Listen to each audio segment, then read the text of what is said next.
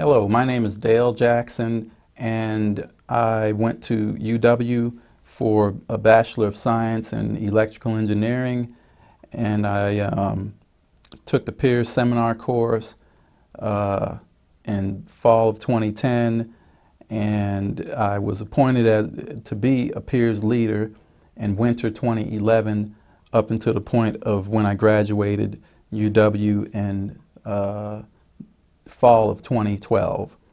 So my professional and or academic current background right now is that of an industrial controls engineer contractor, and as far as academics are concerned, I do a great deal of studying to maintain fluency in electrical engineering studies, and hopefully that'll open up some new doors to new opportunities in the future. So that's where I'm at currently in my career development.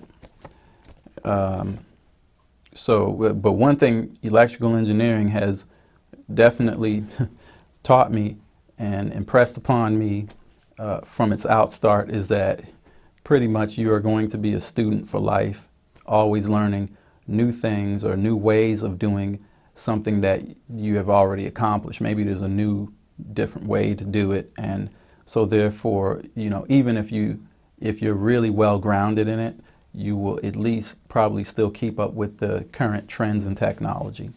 So I have definitely incorporated that into a lifestyle of lifelong study. So I will go over some survey questions that I have already responded to, and I'll give you those responses. There are two of them. They're open-ended questions, so I did elaborate a lot on them. And then there's three optional questions, extra optional questions to answer that I will respond to as well. So question number one, if you feel that the class was valuable to your college experience, please elaborate below with specific experiences, stories, and or overall significance.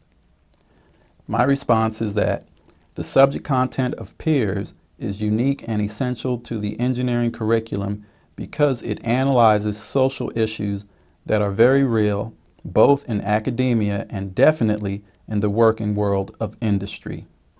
My experience is that I had the opportunity to learn the material in the class and then apply it. I applied it when I was appointed to become a Peers leader and did presentations on the subject matter from the class. The subject material is very effective in creating an understanding of the current demographics in engineering. The presentations have a positive influence on all who are in attendance. This is important to understand because of the psychological impact on engineers, both minority and majority. So when peers do these lecture series, doesn't matter whether or not a person is considered to be in the minority or majority, it has a positive impact on everyone by basically discussing these contemporary issues within science and engineering industries themselves. So I went on to say, my independent research has shown me that the psychological legacy that created the demographic problems in society and consequently engineering has done it over a 400-year span. And I put here in parentheses, it started at White Lion slave ship, Jamestown, Virginia, year 1619. So you can look this up for yourself, and you can do extra study on this yourself, but this was my own independent research myself that I did. So I went on to state that Peers is not a class about the history of slavery, and they won't, at least the curriculum was such that when I was in it, that's not what they did. They didn't focus on that. So Peers is not a class about the history of slavery, but instead focuses on contemporary issues facing engineers using statistical data and published information on the subject. It is very helpful to have a program like Peers analyze and discuss contemporary issues so that awareness can create progress to help mitigate the complications of a 400-year-old psychological legacy problem. Peers is the only course at UW that addresses these very important and very real contemporary social issues. Number 2, if you feel that the class has been valuable in your professional life, please elaborate below with stories of the impact with specific experiences, stories, and/or overall significance. I responded by saying, the class has been very valuable in my professional life. It has kept me encouraged and motivated when I have been at work and only see one type of people working there. In my job role as an engineer, I have worked at companies that were approximately 98% of one type of people. Understanding the psychology that creates various situations helps me objectively evaluate myself. Objective self-evaluation is important because there are so many psychologically biased individuals that may demotivate you because they simply do not want you to succeed because you are not of their classification type. I knew when people around me at the job were biased and when they were not. Understanding this problem is critical to psychological and emotional health in the work world of industry. Peers helped me to stay motivated in these situations because it created an understanding of complex and compounded social problems. One story that is typical in industry that I have experienced many times is that of unequally applying hiring restrictions. I would be at a job that states the requirement of an engineering job at the company is a 4-year Bachelor of Science engineering degree. After I got the job, I would be introduced to some people that I would work with that got hired with a 2-year associate technician level degree, but as an engineer.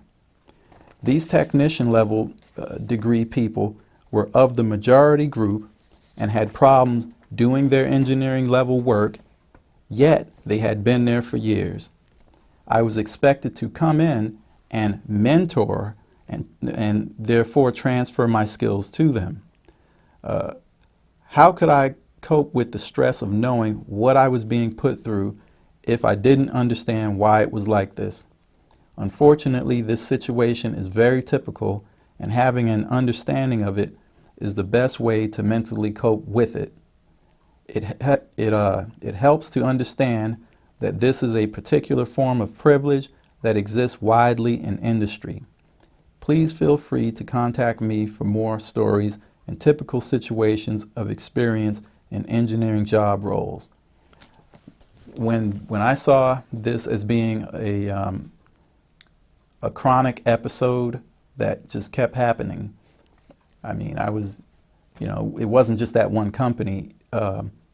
It was at more than one company, multiple companies, that I would be working with someone and, they have a associate level degree and, they're hired in there as an engineer, and before I know it, I have a boss telling me, well, can you extend yourself to mentor this person and, teach them what you know? And I'm thinking like, well, I don't understand it. If they can't do their own thing, then why do I have to go out of my way to be a mentor? And then I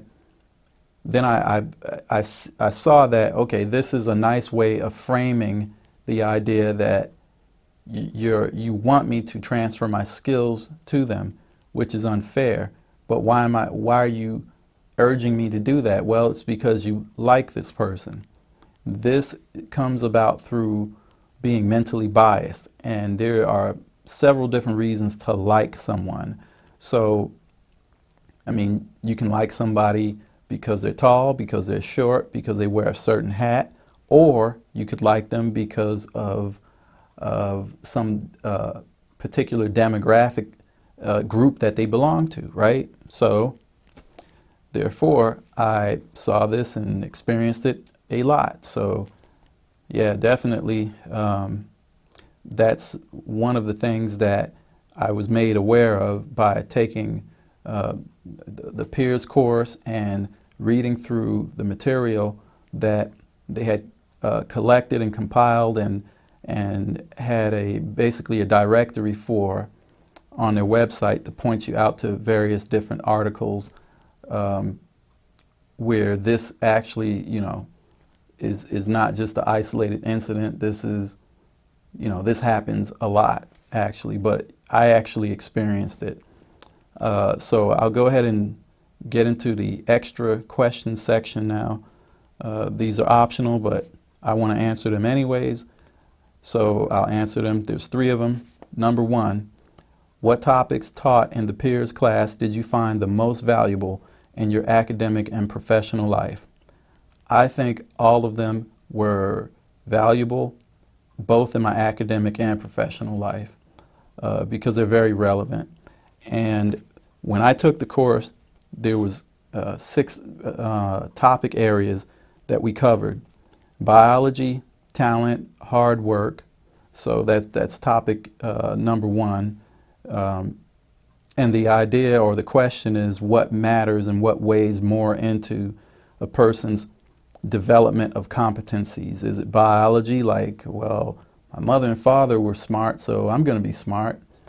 Is it talent, like, oh, well, my mother and father both are great musicians, they know how to play the piano very well, so I think I'm going to be great because they're going to, maybe pass their talent on to me, or maybe they weren't great, but I just have the talent, and the talent is just going to, keep me being great. And that's all I need is talent. So I can't develop talent, so I might as well forget about it if I don't have the talent. Or is it hard work as a main contributor to progress and proficiency in a certain type of field of work? Number 2, stereotypes and stereotype threat. Number 3, socialization. Number 4, implicit bias. Number 5, uneven playing field. Or number 6, privilege. So these were the 6 areas of topics that we covered in peers when I took the seminar, and I think it was great to cover those topics, and I think they are valuable in both academic and professional life. Number 2, overall, how has the content of the peers class impacted your actions and or mindset? So as far as my mindset is concerned, it's allowed me to brace myself for things that are, inevitably going to come my way eventually. And so I would liken it to an analogy of, say, like a hurricane. Say you had, say there was a hurricane that you saw it on TV, that it was heading your way. Well, there's nothing you can do to stop this hurricane, but you can take the necessary preparation steps in order to mitigate the negative effects of it as much as you can within reasonable, abilities of yours. So that means, you will probably put some boards up on your window. You will go to the grocery store and stock up on basic necessities like food and water, things like that, so that you can basically try to ride out the storm as best as you can. You may leave town, things like that. But let's imagine that you didn't watch the news and you had no idea that a hurricane was coming. Well, if it caught you off guard and you had no idea of it, you had no idea that hurricanes exist, you looked out the window and you just saw things blowing around violently, and the rain is coming down really hard, and the wind is strong enough, it's blowing things over, then you don't know what's going on. You couldn't brace yourself for it. You couldn't prepare for it in any kind of a way. So I think that that's a worse situation of a condition to be in, regardless of the fact that maybe even with awareness, you don't necessarily have enough ability to do something about it, but you can prepare yourself for it. So I think being prepared for it is a good way to be able to cope with it better. So Peers has impacted my mindset by making me aware of these things so that I can better prepare myself for it as I see fit. So that was question number 2. And number 3, do you think it would be beneficial to offer this course more often? Please elaborate on why or why not. I think it would be beneficial to offer this course every quarter of the school year, and not only every quarter of the school year, but probably to multiple schools, different schools, because it's not something that affects only a certain demographic of people or a certain number of people. It affects everybody. Everybody is subjected to this every day in the workplace. And I mean, whether or not you're on the side where you're being negatively impacted or positively impacted, you're impacted somehow. So for the negatively impacted people, I mean, that goes without saying that if if you took this course, it would help you be able to cope with all of the negative impacts that come through these complex social issues with this, mental bias going on in people's minds.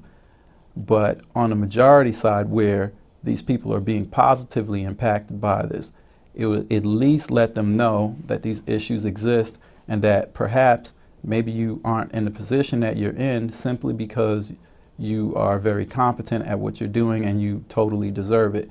Perhaps there could be a certain amount of privilege that has